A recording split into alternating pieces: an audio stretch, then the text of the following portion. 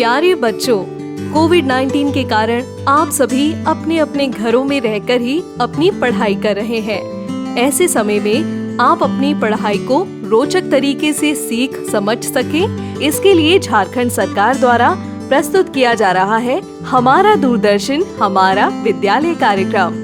इसके माध्यम से आप प्रत्येक दिन सोमवार से शुक्रवार तक पूर्वाह्न 10 से 12 तथा अपराह्न 1 से 2 बजे तक अपनी अपनी कक्षाओं के अनुरूप कार्यक्रम देख सकेंगे। अब पढ़ाई नहीं रुकेगी। स्कूली शिक्षा एवं साक्षरता विभाग झारखंड। बूझो बूझो मेरा नाम है ये थोड़ी अक्ल का काम। सोच रहे हो क्या ये बात, कहाँ से आई ये आवाज, कौन है ये, बोलो कौन है ये। ना है हमको दिखती, ना जाने ये कैसी लगती, क्या ये जिन है या कोई भूत, या किसी नटखट की करतूत। बात बड़ी है सीधी सीधी, मैं हूँ आपकी सुंदर दीदी।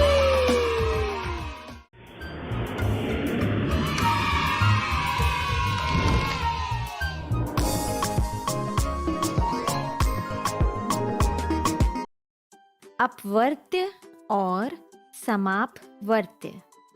इस वीडियो में गुणज या अपवर्त्य की अवधारणा और परिभाषा, किसी संख्या के अपवर्त्य निकालना तथा 2 से अधिक संख्याओं के समापवर्त्य निकालना। टीचर्स बच्चों को गुणज की परिभाषा सिखाने से पहले अर्थ समझाएं। आप तो जानते हैं कि गणितीय अवधारणाओं को यदि बच्चों के व्यवहार तथा उनके परिवेश से जोड़ दिया जाए तो वे बहुत आसानी से उन अवधारणाओं का प्रयोग करना सीख जाते हैं, जैसे यहाँ पर रश्मि कर रही है। चलिए देखते हैं। छुट्टी के समय रश्मि जब स्कूल से घर जाती तो कच्चे रास्ते में लगे पत्थरों की टाइलों को गिनती करती चली जाती। 2, 4, 6, 8, 10, 12, 14, 16, 18, 20, 22, 24, 26, 28, 30, 32, इसी प्रकार से 40 तक। बच्चों, तुम बता सकते हो इसका क्या मतलब हुआ? इसका मतलब हुआ कि रश्मि के घर से स्कूल पहुंचने तक बीच में 40 टाइलें पड़ती हैं। अब बताओ रश्मि क्या कर रही थी? दीदी, रश्मि गिनती कूदकर टाइलों को गिन रही थी। बिल्कुल ठीक। रश्मि हर बार कूदकर दूसरी टाइल पर खड़ी हो जाती, इसलिए वो हर कूद को 2 से गुणा ही तो कर रही है ना। पहली कूद 2 गुणा 1 यानी 2, दूसरी कूद 2 गुणा 2 यानी 4, तीसरी कूद 2 गुणा 3 यानी 6, और इसी तरह से 2 के अंतर में 8, 10, 12, 14, 16, 18, 20 करते करते वह 40 तक पहुंच जाती है। तो बच्चों, इन सभी संख्याओं को देखकर कुछ समझे। ये सारी संख्याएं तो 2 के पहाड़े में आती हैं ना।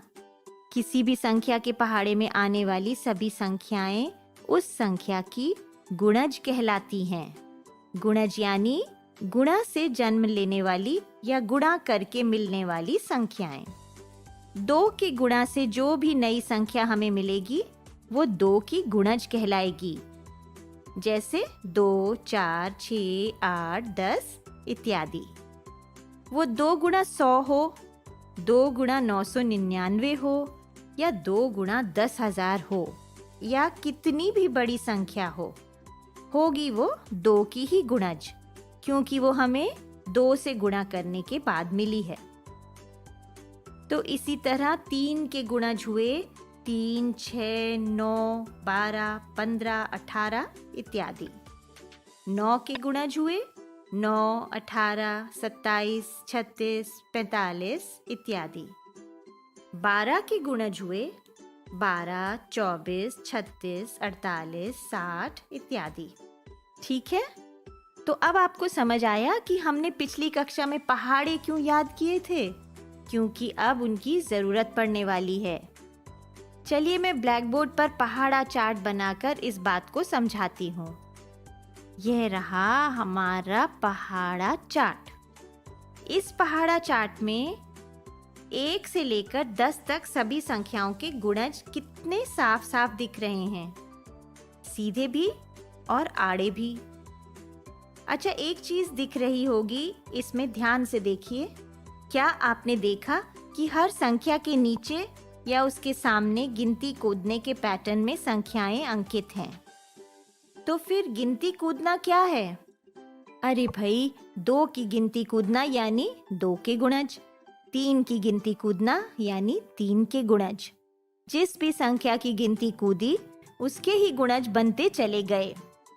यानी किसी संख्या के पहाड़े में आने वाली सभी संख्याएं उस संख्या की गुणज होती हैं। गुणज का दूसरा नाम अपवर्त्य भी होता है। क्या होता है? अपवर्त्य। और गुणज या अपवर्त्य को इंग्लिश में मल्टीपल भी कहते हैं। मल्टीपल यानी गुणज। इससे एक और बात जो समझ में आती है वो ये है कि किसी संख्या का सबसे छोटा और पहला गुणज स्वयं वही संख्या होती है। जैसे 2 का सबसे छोटा गुणज 2, 3 का सबसे छोटा गुणज 3। क्या तुम जानते हो ऐसा क्यों होता है? ये इसलिए क्योंकि किसी भी संख्या को 1 से गुणा करने पर वही संख्या मिलती है। एक बात और ध्यान देने वाली है, वो ये कि हर संख्या 1 की गुणज है, क्योंकि 1 के पहाड़े में तो सारी संख्याएं आती हैं ना, भले ही वो 100 हो, 1000 हो या 10,000 या फिर कोई और बड़ी संख्या हो। ठीक है ना? अच्छा, ये तो हुआ सबसे छोटा गुणज। लेकिन किसी संख्या का सबसे बड़ा गुणज क्या हो सकता है? सोचो, 2 का सबसे बड़ा गुणज क्या है? दीदी, 2 का सबसे बड़ा गुणज होगा 900। अच्छा, लेकिन 990 भी तो 2 का गुणज है, या 9990। इसको चाहे भाग करके देख लो। यह संख्याएं तो तुम्हारी संख्या से भी बड़ी है ना। क्या आप बता सकते हैं कि सबसे बड़ी संख्या क्या हो सकती है? ऐसी कोई संख्या सोच के बताओ जिससे बड़ी संख्या हो ही नहीं सकती। है कोई ऐसी संख्या? नहीं हो सकती ना। बच्चों, संख्याओं का कोई अंत नहीं होता। संख्याएं अनंत होती हैं। और गुणज क्या हैं? किसी भी संख्या के गुणा से पैदा होने वाली संख्याएं। संख्याएं अनंत तो उनके गुणज भी तो अनंत। आया समझ में? अच्छा, चलो अब हम गुणज या अपवर्त्य संख्याओं के बारे में कुछ और मजेदार बातें जानते हैं। जल्दी से 4 के गुणज बताओ तो। 4, 8, 12, 16, 20, 24, 28, 32, 36, 40, ये सभी 4 के गुणज हैं। अच्छा, अब ये बताओ कि क्या 44 भी 4 का गुणज है? और 56 और 73? बच्चों, ये जानने के लिए हमें 4 से इन संख्याओं को विभाजित करके देखना पड़ेगा। अगर पूरी तरह भाग हो गया तो ये संख्याएं 4 की गुणज या अपवर्त्य होंगी। यानी अगर 4 से भाग करने पर शेषफल 0 मिला तो ये संख्याएं 4 की गुणज कहलाएंगी। चलिए भाग करके देखते हैं।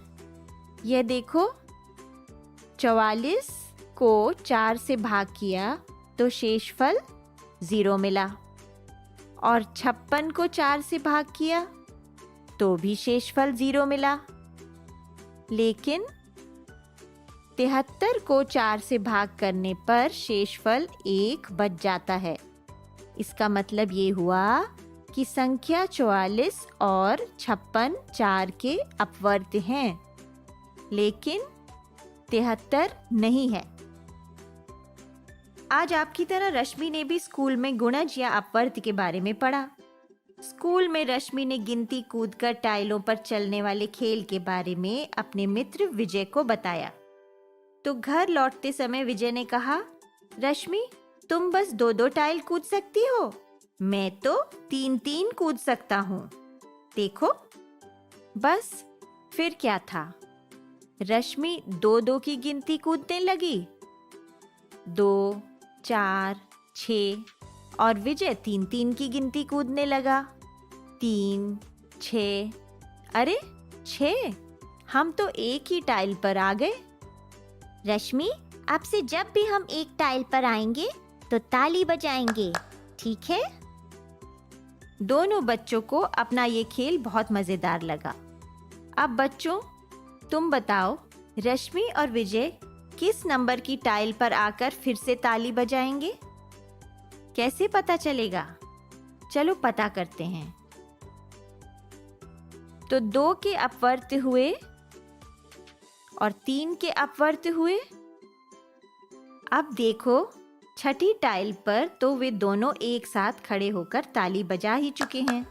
इसके बाद 12वीं, 18वीं, 24वीं, फिर 30वीं और फिर 36वें नंबर की टाइल में वो दोनों ताली बजाएंगे, है कि नहीं?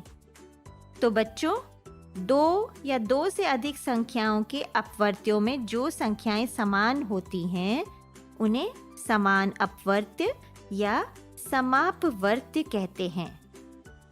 इन्हें इंग्लिश में कॉमन मल्टीपल कहा जाता है। समझ में आया समापवर्त्य क्या होता है?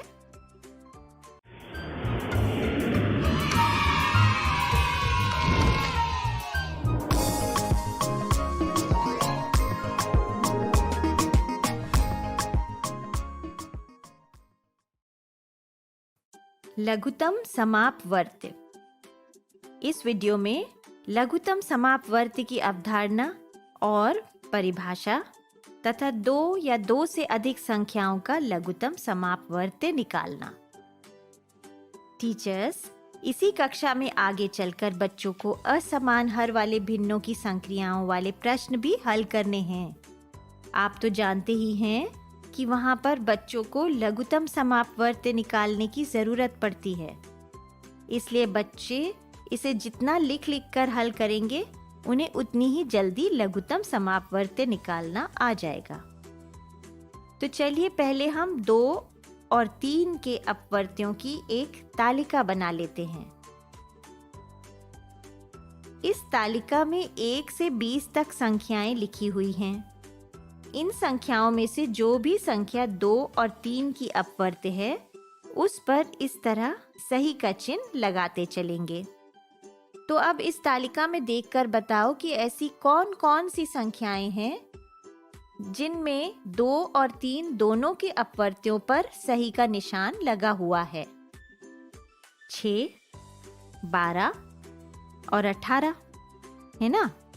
तो ये तीनों संख्याएं 2 और 3 के समान अपवर्त्य या समापवर्त्य कहलाएंगी। ठीक है? अच्छा, ये बताओ कि इन तीनों संख्याओं में सबसे छोटी संख्या कौन सी है? 6 है ना?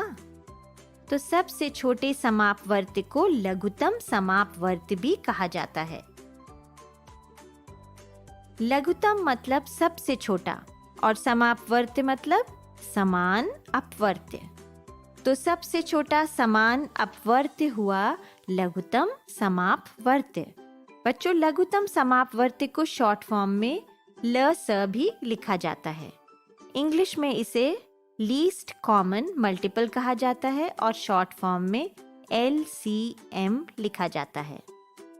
तो अब यदि आपसे 4, 5 और 20 का लघुत्तम समापवर्त्य पता करने को कहा जाए तो आप कैसे करेंगे? 4 के अपवर्त्य 4, 8, 12, 16, 20, 24, 28, 32, 36, 40। 5 के अपवर्त्य 5, 10, 15, 20, 25, 30, 35, 40, 45, 50। 20 के अपवर्त्य 20, 40, 60, 80, 100, 120, 140, 160, 180, 200। अब बताओ 4, 5 और 20 के समान अपवर्त्य क्या क्या हैं? 20 और 40। और लघुत्तम समापवर्त्य या LS क्या हुआ? 20 हुआ ना। तो बच्चों, इससे एक और चीज पता चलती है कि किन्हीं 2 या 3 संख्याओं का ल उसमें से किसी भी संख्या से कम नहीं हो सकता। अच्छा, ये तो हो गया लघुत्तम समापवर्त निकालने का पहला तरीका। ल निकालने की एक और सरल विधि है जिसे विभाजन विधि या भाग विधि कहा जाता है। इस विधि में दी गई संख्याओं को एक पंक्ति में रखकर अभाज्य संख्याओं से भाग किया जाता है। इसलिए इस विधि को समझने से पहले हम यह समझ लेते हैं कि अभाज्य संख्याएं क्या होती हैं। तो बच्चों, जैसे कि नाम से ही पता चल रहा है, अभाज्य यानी जिन्हें भाग ना किया जा सके। तो अभाज्य संख्याएं वे संख्याएं होती हैं जो एक और स्वयं अपने अलावा किसी भी संख्या से विभाजित नहीं होती।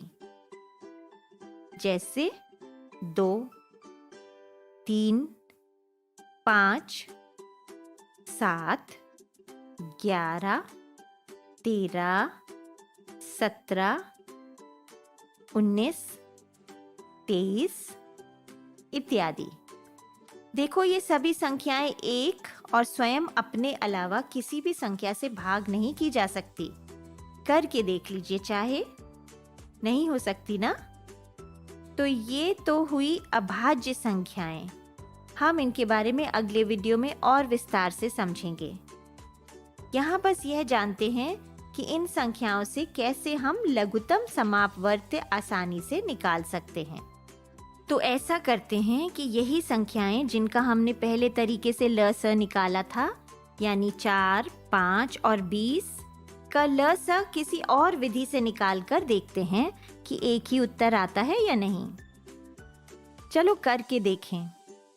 तो हमारे पास संख्याएं हैं 4, 5 और 20।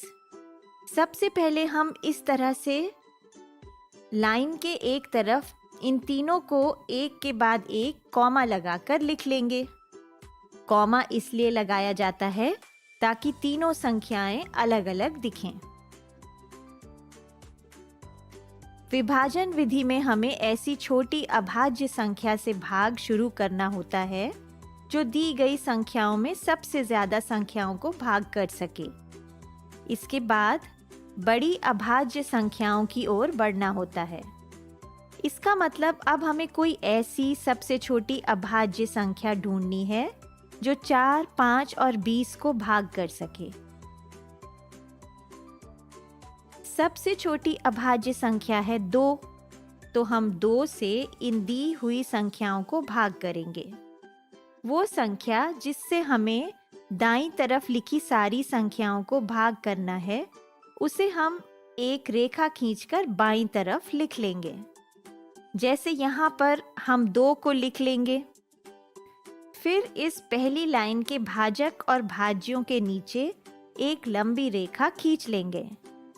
तो सबसे पहले हमने 4 को 2 से भाग किया। हमें 2 दूनी 4 मिला 2। 2 को 4 के ठीक नीचे लिख दिया और उसके बाद कॉमा लगा दिया। अगली संख्या है 5। 5 को तो 2 से भाग नहीं किया जा सकता। उसे हम वैसे का वैसे नीचे उतार कर 2 के बगल में लिख देंगे और फिर से कॉमा लगा देंगे। अब अगली संख्या है 20। 20 को 2 से भाग किया। 2 दहम 20 तो मिला 10। तो 20 के नीचे लिख दिया 10। अब हमारे पास फिर से 3 संख्याएं आ गईं, 2, 5 और 10। हमने इनके नीचे भी एक लंबी रेखा खींच दी। इन्हें भाग करने के लिए भी सबसे छोटी अभाज्य संख्या होगी 2। तो 2 को 2 से भाग किया। 2 एकम 2 मिला 1। 2 के नीचे लिख दिया 1। फिर 5 को तो 2 से पूरा पूरा भाग नहीं कर सकते, तो उसे वैसे ही नीचे उतार दिया और कॉमा लगा दिया। उसके बाद 10 को 2 से भाग किया। 2 पंजे 10 तो मिल गया 5। 5 को हमने 10 के नीचे लिख दिया। अब हमारे पास फिर 3 संख्याएं आ गईं, 1, 5 और 5। इनके नीचे एक लंबी रेखा खींच दी। इन संख्याओं को जो अभाज्य संख्या पूरा पूरा भाग कर सकती है वो है 5। तो हम बाईं तरफ 5 लिखकर इन तीनों संख्याओं को बारी बारी से 5 से भाग करेंगे। सबसे पहले है 1। 1 को तो हम वैसे ही नीचे उतार लेंगे। फिर है 5। 5 से 5 को भाग किया, 5 एकम 5 मिला 1। उसके बाद अगले 5 को 5 से भाग किया, 5 एकम 5 फिर मिला 1। यानी अंत में हमारी तीनों संख्याएं हो गई 1, 1 और 1। बस जैसे ही हमारी सारी संख्याएं हो जाएं 1, तो उसका मतलब है कि हमारी भाग की विधि से ल स निकालने की प्रक्रिया समाप्त हो गई। अब बस एक कदम बाकी है। हमें बाईं ओर लिखे सभी भाजकों को गुणा करना है। तो यहाँ हो गया 2 गुणा 2 गुणा 5। कितना हुआ? 20 हो गया। इसका अर्थ हुआ कि 4, 5 और 20 का लघुत्तम समापवर्त या ल स हुआ 20। पहले भी हमारा उत्तर 20 ही आया था ना? समझ में आया आपको? इस प्रकार के कई उदाहरण वर्कबुक में दिए गए हैं। उनका अभ्यास करने से यह सरल लगने लगता है।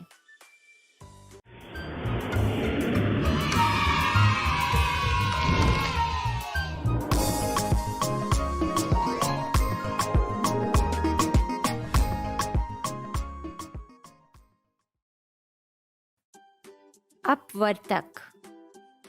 इस वीडियो में अपवर्तक की अवधारणा और परिभाषा और किसी संख्या के अपवर्तक निकालना। टीचर्स, यह वीडियो भी पिछले वीडियोस की ही अगली कड़ी है। इसमें हम अपवर्तक की अवधारणा और परिभाषा समझेंगे और किसी संख्या के अपवर्तक निकालने की विधि देखेंगे। अच्छा, देखते हैं रश्मि क्या कर रही है। रश्मि के पापा ने उसे 20 प्याज के पौधे दिए और कहा कि तुम इन पौधों को वर्गाकार क्यारी में लगा दो। रश्मि जब क्यारी में पहुंची तो उसे समझ ही नहीं आया कि वो किस तरह पौधे लगाए। जैसे वो 20 पौधों को एक पंक्ति में सीधे भी लगा सकती है, 20 गुणा 1, या 20 पंक्तियों में एक एक पौधा भी लगा सकती है। इन 20 पौधों को 2 पंक्तियों में भी लगाया जा सकता है, जिसमें हर पंक्ति में 10 पौधे होंगे, 10 गुणा 2, या फिर 10 पंक्तियों में जिसमें हर पंक्ति में 2 पौधे होंगे। तो बच्चों, रश्मि और किस किस तरह से पौधे लगा सकती है? रश्मि 4 पंक्तियों में भी तो पौधे लगा सकती है ना। हर पंक्ति में 5 पौधे होंगे, यानी 5 गुणा 4, या फिर 5 पंक्तियों में भी पौधे लगा सकती है, जिसमें हर पंक्ति में 4 पौधे होंगे, यानी 4 गुणा 5। ठीक है ना? अब देखो, जो ये संख्याएं हैं ना, ये 1, 2, 4, 5, 10 और 20, ये सभी संख्याएं 20 को पूरी तरह विभाजित करती हैं ना? यानी 20 को इनसे भाग करने पर शेषफल नहीं बचता। इसलिए हम कह सकते हैं कि 20 को पूरी तरह से 1, 2, 4, 5, 10 और 20 हिस्सों में बांटा जा सकता है। इसलिए 1, 2, 4, 5, 10 और 20 के गुणनखंड हुए। गुणनखंड यानी गुणज संख्या के खंड या हिस्से। गुणनखंड का एक और नाम है और वो है अपवर्तक। क्या है? अपवर्तक। अपवर्तक को इंग्लिश में कहते हैं फैक्टर। फैक्टर यानी गुणनखंड। अच्छा, चलो अब एक और खेल खेलते हैं। ये 18 कंचे हैं। बच्चों, आप इन 18 कंचों के समूह कितनी तरह से बना सकते हैं? सबसे पहले एक एक कंचे के 18 समूह या भाग कह सकते हैं, यानी 1 गुणा 18। अब 2-2 के समूह बनाकर देखते हैं। तो देखो 2-2 कंचों के 9 समूह बन गए ना, यानी 2 गुणा 9। अब 3-3 के समूह बनाए, 3-3 कंचों के 6 समूह बन गए, यानी 3 गुणा 6। अब 4-4 के समूह बनाते हैं। अरे यहाँ तो 2 बच गए, ये तो नहीं हो सकता। 5-5 के समूह बनाने पर भी 3 बच गए, यानी 18 4 और 5 से विभाजित नहीं होता, इसलिए हम उनके पूरे पूरे समूह नहीं बना सकते। तो चलिए अब 6-6 कंचों को एक साथ रख लेते हैं और इस तरह हमें 3 समूह मिलते हैं, यानी 6 गुणा 3। हम 7 और 8 के भी पूरे पूरे समूह नहीं बना सकते, क्योंकि इन दोनों संख्याओं से भी पूरा पूरा भाग नहीं किया जा सकता। तो चलिए अब 9 कंचों के समूह बना लेते हैं। ये बन गए 9-9 कंचों के 2 समूह, यानी 9 गुणा 2। 18 का भाग 18 से किया जा सकता है, ठीक है ना? तो ये हुआ 18 कंचों का एक समूह। तो बच्चों, हमें इससे क्या समझ आया? यही ना कि 1, 2, 3, 6, 9 और 18 का भाग 18 से पूरी पूरी तरह हो सकता है। इससे हम कह सकते हैं कि ये सभी संख्याएं 18 के ही भाग यानी खंड हैं, जिन्हें हम गुणनखंड भी कहते हैं। अब इसका वर्कबुक में खूब अभ्यास कीजिए, इसे करने में आपको खूब मजा आएगा।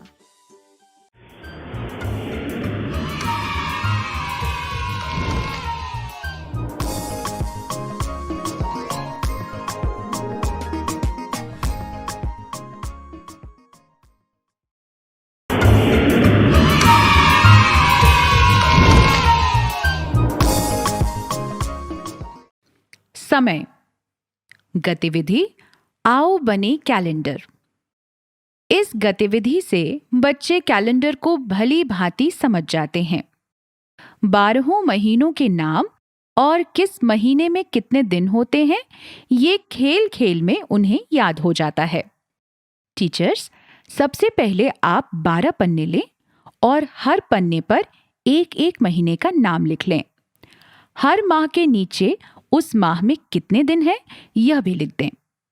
अब इन पन्नों को एक डिब्बे में रख दें। इस गतिविधि को खेलने के लिए 12 बच्चों को सामने बुलाएं। ये बच्चे डिब्बे में से कोई भी एक पन्ना उठा लें और उसके बाद महीनों के नामों के क्रम में इस तरह खड़े हो जाएंगे। अब सब बच्चे मिलकर यह कविता बोलेंगे। 30 दिन सितंबर के, अप्रैल जून नवंबर के, बाकी सबके दिन 31, रहा फरवरी अकेला खड़ा, हैं फरवरी के दिन 28, अधि वर्ष में एक दिन बड़ा। इसके बाद कविता की पहली 2 पंक्तियां बोलिए। 30 दिन सितंबर के, अप्रैल जून नवंबर के। ऐसा बोलने पर महीने में 30 दिन वाले बच्चे आगे आ जाएंगे और एक तरफ खड़े हो जाएंगे। फिर कविता की अगली लाइन बोलें। बाकी सबके दिन 31। अब माह में 31 दिन वाले बच्चे आगे आ जाएंगे और एक तरफ खड़े हो जाएंगे। इसके बाद बोलें, रहा फरवरी अकेला खड़ा, तो फरवरी अकेला खड़ा रह जाएगा।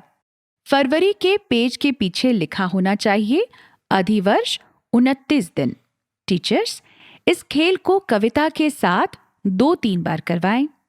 उसके बाद बिना महीनों का नाम लिए सिर्फ बोलें 30 दिन, 31 दिन, 28 दिन, 29 दिन, और जिन बच्चों के पास उतने दिन वाले महीने हैं वे आगे आ जाएंगे। ऐसा करवा लेने के बाद पूरी कक्षा से पूछें, जनवरी में कितने दिन या अगस्त में कितने दिन या नवंबर में कितने दिन होते हैं? या पूछें कि जून से पहले क्या आता है। इस प्रकार से बच्चों को खेल ही खेल में साल के 12 महीनों के बारे में अच्छी तरह से सब जानकारी हो जाएगी।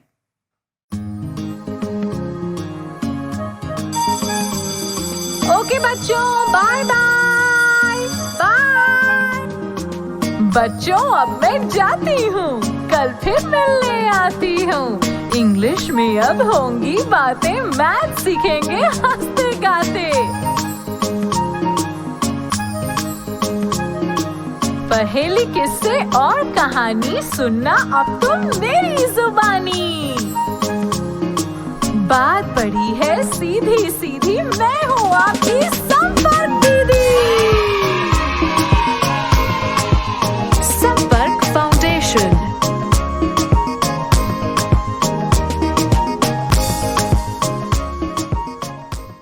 इस प्रसारण से संबंधित सुझाव, अपने प्रश्न इत्यादि आप हमें jcertrg@gmail.com तथा टोल फ्री नंबर 1800 5728 585 पर संपर्क कर सकते हैं।